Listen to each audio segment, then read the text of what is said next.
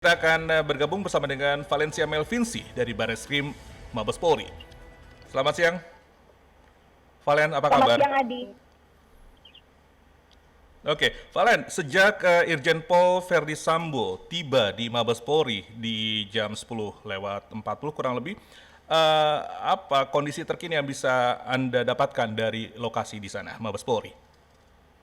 Ya, Adi, terkait dengan tibanya tadi Irjen Pol Verdi Sambo di Bareskrim Mabes Polri ini, sebenarnya ia tiba sesuai dengan jadwal yang sebelumnya sudah disampaikan oleh Brigjen Pol Andika Irian pada saat melakukan konferensi pers kemarin malam 3 Agustus 2022. Jadi tadi Verdi Sambo tiba di Bareskrim Mabes Polri dari sekitar pukul 10 pagi waktu Indonesia Barat. Nah, sekarang ini Verdi Sambo masih menjalani pemeriksaan di Bareskrim Mabes Polri dengan tim khusus yang sudah disiapkan oleh pihak kepolisian. Tim khusus ini sendiri juga dipimpin langsung oleh Wakapolri, dan itu kita berharap supaya pemeriksaan ini bisa berlangsung dengan transparan dan juga kredibel. Oke, Selain itu tadi pada saat Verdi Sambo tiba di sini, ia juga menyampaikan bahwa dirinya ini sebenarnya bukanlah pemeriksaan pertama kali, Adi. Karena ini ternyata pemeriksaan keempat yang sudah dijalani oleh Verdi Sambo, nah, tapi dirinya tidak merinci. Ini mhm. pemeriksaan keberapa yang dilakukan di Bareskrim Mabes Polri. Namun dia mengatakan kalau sudah memberikan keterangan kepada penyidik Polres Jakarta Selatan dan juga di Polda Metro Jaya. Oke, yang menjadi hal yang mengejutkan bahwa publik selama ini selalu menunggu kehadiran Irjen Pol Verdi Sambo untuk dipanggil sebagai saksi dalam kasus ini, dan ternyata yang mengejutkan adalah ini adalah panggilan keempat. Sementara mungkin publik sudah mengetahui, baru mengetahui dan ketahui bahwa ini adalah panggilan ke pertama. Nah, jadi tiga pemanggilannya itu berlangsung di mana, Valen? Ya, Dina, terkait dengan pemanggilan ini sebenarnya memang merupakan hal yang tidak dirincikan secara spesifik tadi pada saat Verdi ini menyampaikan pernyataannya kepada awak media pada saat dirinya tiba di Bareskrim Mabes Polri. Tapi ia menegaskan kalau ini bukan pertama kali dirinya diperiksa. Tapi ia tidak mengatakan bahwa pemeriksaan dilakukan di Polres Jakarta Selatan ataupun di Polda Metro Jaya. Ia hanya menegaskan dirinya sudah memberikan keterangan kepada penyidik Polres Jakarta Selatan dan juga di Polda Metro Jaya. Namun ia juga mengatakan ini bukan kali pertama, ini kali keempat pemeriksaan sudah dilakukan kepada Verdi Sambo.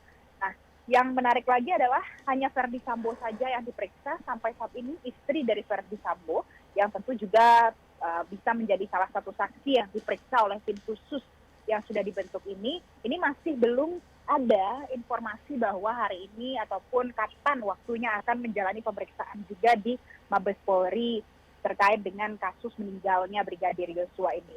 Hari ini katanya ini informasi yang memang belum bisa dikonfirmasi kepada pihak kepolisian.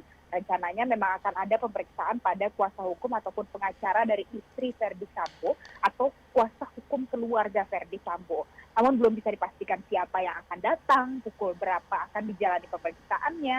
Nah, ini yang masih kita nantikan bersama di Mabes Polri siang hari ini.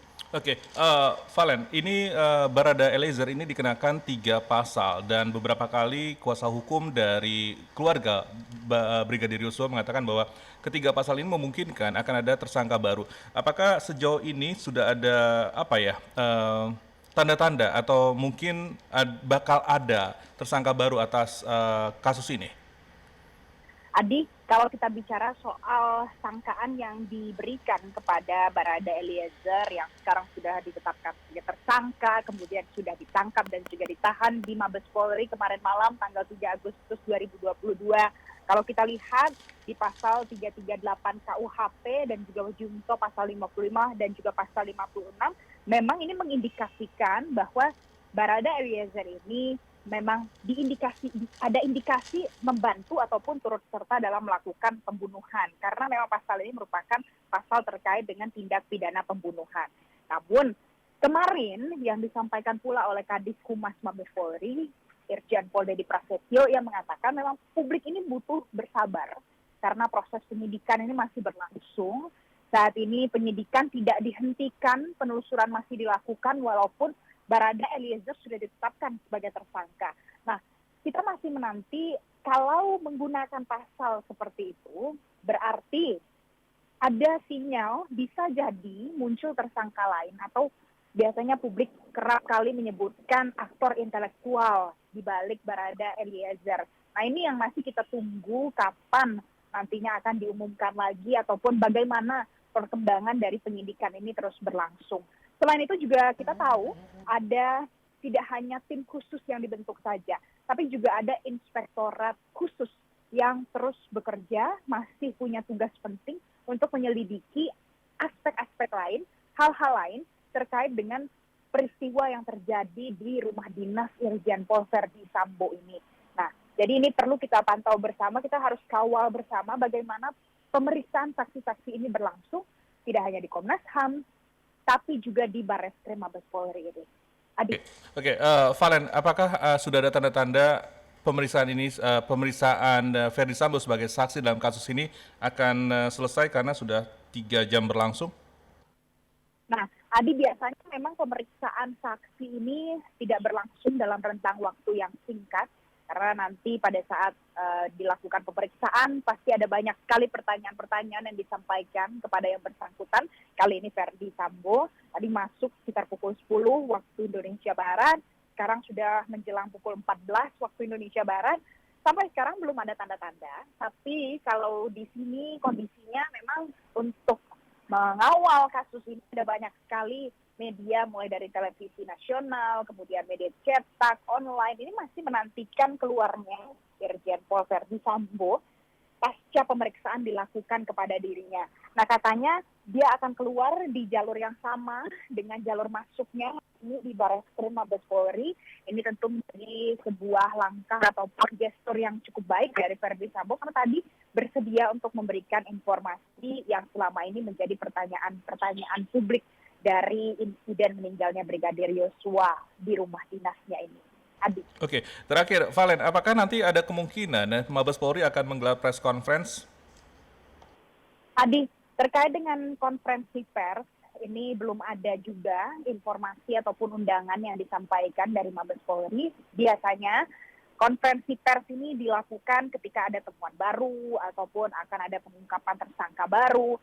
Berhubung kemarin malam 3 Agustus 2022 pukul 22:40 waktu Indonesia Barat, ini Mabes Polri, khususnya Divisi Humas Mabes Polri ini sudah menggelar konferensi pers penetapan tersangka, kemudian juga sudah menunjukkan ada itikat baik dengan melakukan pemeriksaan kepada Verdi Sambo. Ini kita masih sebenarnya menantikan apakah masih ada keterangan yang akan dipublikasikan secara resmi. Nah, yang perlu kita nanti ini sebenarnya adalah terkait dengan permintaan dari Komnas HAM soal hasil dari analisa uji balistik yang disampaikan kepada tim khusus dari polisi. Ini dijadwalkan ulang yang seharusnya itu dilakukan tanggal 3 Agustus 2022, tapi tim khusus meminta waktu lebih lagi untuk analisa dari uji balistik ini, jadi dijadwalkan di tanggal 5 Agustus 2022 atau besok. Jadi kita akan nantikan bagaimana nanti hasil dari uji balistik yang sudah dilakukan oleh tim khusus melibatkan Inavis, kemudian ada forensik dan juga ada penyidik gabungan yang sudah dibentuk di rumah dinas Verdi Sambo. Dan yang terakhir yang kita tunggu juga adalah apakah nanti istri dari Verdi Sambo ataupun kuasa hukumnya ini pasti akan datang ke Mabes Polri hari ini atau tidak. Adi. Baik, terima kasih Valencia Melvinsi melaporkan langsung dari Barreskrim Polri terkait dengan pemeriksaan Irjen Pol Verdi Sambo terkait dengan kematian dari Brigadir Yosua yang memang mewujudkan publik bahwa ternyata Verdi Sambo ini telah memberikan keterangan sebagai saksi pertama di Polres, kemudian juga di Polda dan juga di Mabes Polri. Dan yang jelas kita perlu harus kawal terus kasus ini. Sementara itu yang kami peroleh dari medcom.id, ini tim sus gabungan Polri mengerahkan inspektorat khusus untuk menggali informasi terkait keterlibatan anggota polisi lain dalam kasus penembakan Brigadir Yosua. Anggota yang tahu dan terlibat insiden berdarah itu bisa dikenakan sanksi etik. Hal tersebut disampaikan oleh Kadif Humas Polri, Irjen Dedi Prasetyo saat dikonfirmasi pada hari Kamis ini. Yang mengatakan bahwa sidang kode etik nanti saya tanyakan Wair Wasum atau Wakil Inspektur Pengawasan Umum yang mengatakan bahwa mereka anggota polisi sekali lagi yang mengetahui terkait dengan peristiwa ini akan bisa dikenakan sanksi etik. Sebelumnya juga Dedi mengatakan Irsus dilibatkan dalam penyelidikan penembakan Brigadir Yosua. Irsus akan memeriksa siapa saja yang menyangkut peristiwa yang ada di tempat kejadian perkara, yakni di Duren 3 Pancoran, Jakarta Selatan. Namun, Dedi belum dapat merinci anggota Polri yang akan diperiksa dalam kasus tersebut. Hanya saja ia memastikan akan menyampaikan hasilnya ke publik. Dan sebagaimana kita ketahui bahwa memang tim sus gabungan Polri ini saat ini tengah memeriksa Kadif Propam Polri nonaktif Irjen Verdi Sambo yang dilakukan sejak pukul 10 waktu Indonesia bagian Barat, dan itu masih berlangsung seperti yang disampaikan oleh reporter Valencia Melvinci langsung dari Barreskrim Polri. Dan polisi juga telah menetapkan Barada Eliezer sebagai tersangka penembakan Brigadir Yosua. Penembakan yang dilakukan terbukti bukan untuk bela diri. Ia pun dijerat pasal 338, Yunto pasal 55 dan juga pasal 56 KUHP. Dan